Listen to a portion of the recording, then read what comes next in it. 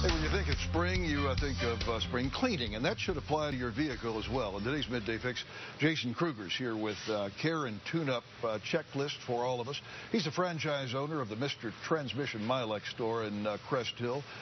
Good to have you in, Jason. Thank you very much for having me. Yeah, good to see you. I can't think of a place where cars take a bigger beating than in Chicago during the winter.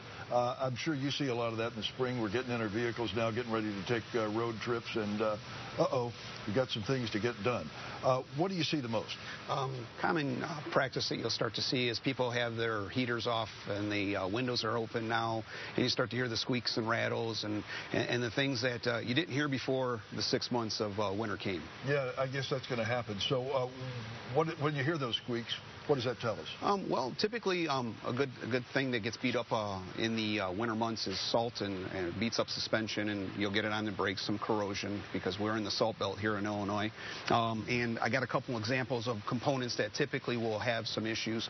The salt will damage the sway bar bushings, lower control arms. What are sway bar bushings? Sway bar bushings are bushings that absorb the sway of the vehicle when you make a maneuver with the steering wheel to the left or to the right. It will counter the weight of the vehicle so that it doesn't unstabilize the car. And those things wear out? They wear out, they get salt in there, and they corrode them. What else are you looking at? These are sway bar stabilizer links. The links have joints. They'll get worn over the rough roads and the salt and the frozen ground that you're driving on, and they'll damage the links, and they'll start to make clattering noise. I want to get to the tires in a minute, but anything else?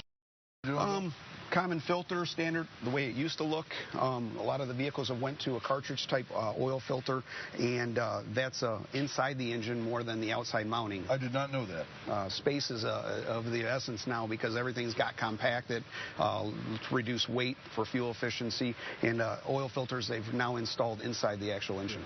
Let me ask you about the tires. We now have another reason to have a penny. At least they seem pretty useless, but penny can help you. The old penny test has been around forever long. It still works, right? And it still works today.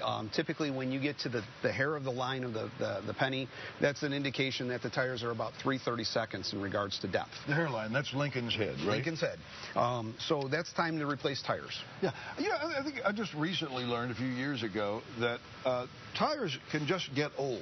If you don't put a lot of miles on your car every year, if those tires are, 7, 8, 9 years old, they might need to be replaced, even if you have good tread depth. Tires are manufactured a whole lot better nowadays, but they'll dry rot. Again, salt is a huge impact in that. Our weather changes will cause the dry rot.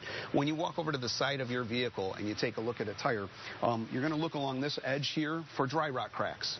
That's an indication it's time to look to replace the tires. They still had depth because they're, again, manufactured a whole lot better than they used to be, but the sidewalls are a crucial part of that tire.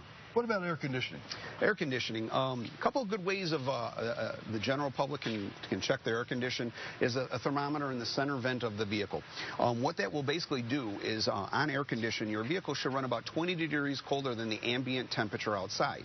Huge factor in that, though, is humidity. When Tom Skilling says it's humid outside, that's going to cause the air conditioner to work a little harder to get the temperature dropped down to that 20-degree range between outside temperature and your inside of your car. Hey, I know last month was National Car Care Month. It really points to the need to have a good relationship with your neighborhood mechanic. How do you go about doing that? Well, I actually build in the community. Where my shop is in the area that my wife and I met in 8th grade. So we've established ourselves in the community. I'm part of the charitable events in the area with Cornerstones, Easter Seals. We work with them as well and grow it from the local teacher programs that I put together. People down there know Jason, right? They do. They know where to go. Well, that's great advice, and thank you so much for your help. Jason owns the Mr. Transmission Milex store in Crest Hill. I know you bought it just a few years ago. You've done a lot more business now. We've tripled the business that it was doing prior. Yeah. They're at 1680 Theodore Street. For more information or to find all of the franchises, visit mrtmilex.com.